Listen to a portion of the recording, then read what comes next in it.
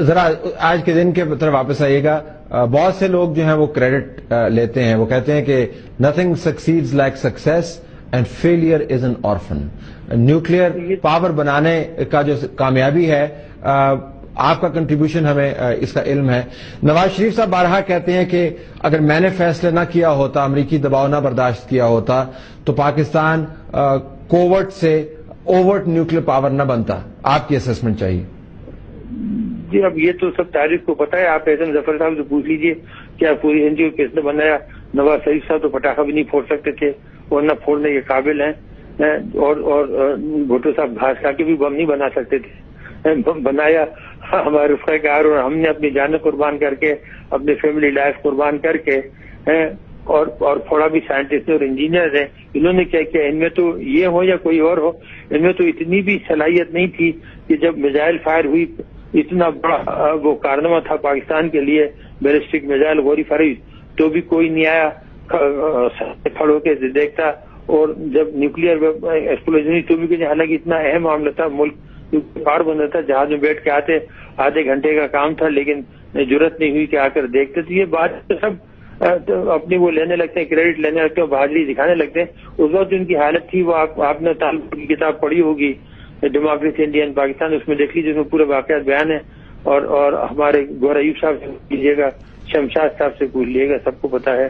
ظفر صاحب سے پوچھ لیجیے, حقائق سب کو پتا ہے, کون کتنا فادر اور کس نے کیا بٹن دبایا. لیکن سیاسی طور پر فیصلہ تو وزیر اعظم کو ہی کرنا تھا نا جی. سب کرنا کرایا گیا تھا.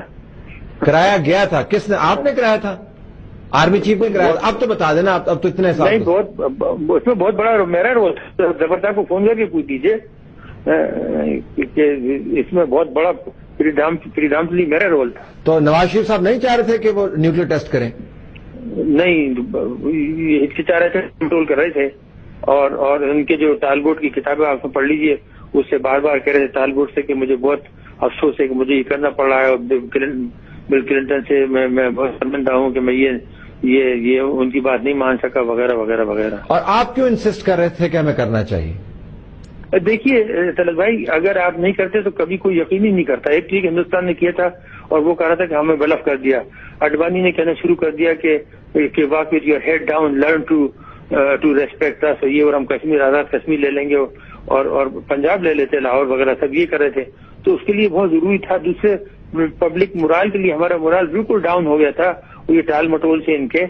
اور اس میں اگر یہ نہ کرتے تو پوری قوم کبھی بھی اعتماد نہیں کرتی, بھروسہ کرتی کہ جی ہمارے پاس ہے, یہ ہم کر رہے ہیں. اس کے اوپر بہت اچھا جواب دیا تھا اس نے, ہمارے کیا نام ہے شمشاد نے. اس نے جب ہمیں بات کی ان کے جی کہ ہم نہیں کر رہے تو کیا ہوگا, تو ہم سب کو پتا تھا ہمارے پاس. اس نے کہا جی کہ نو بڈی ٹرسٹ یو,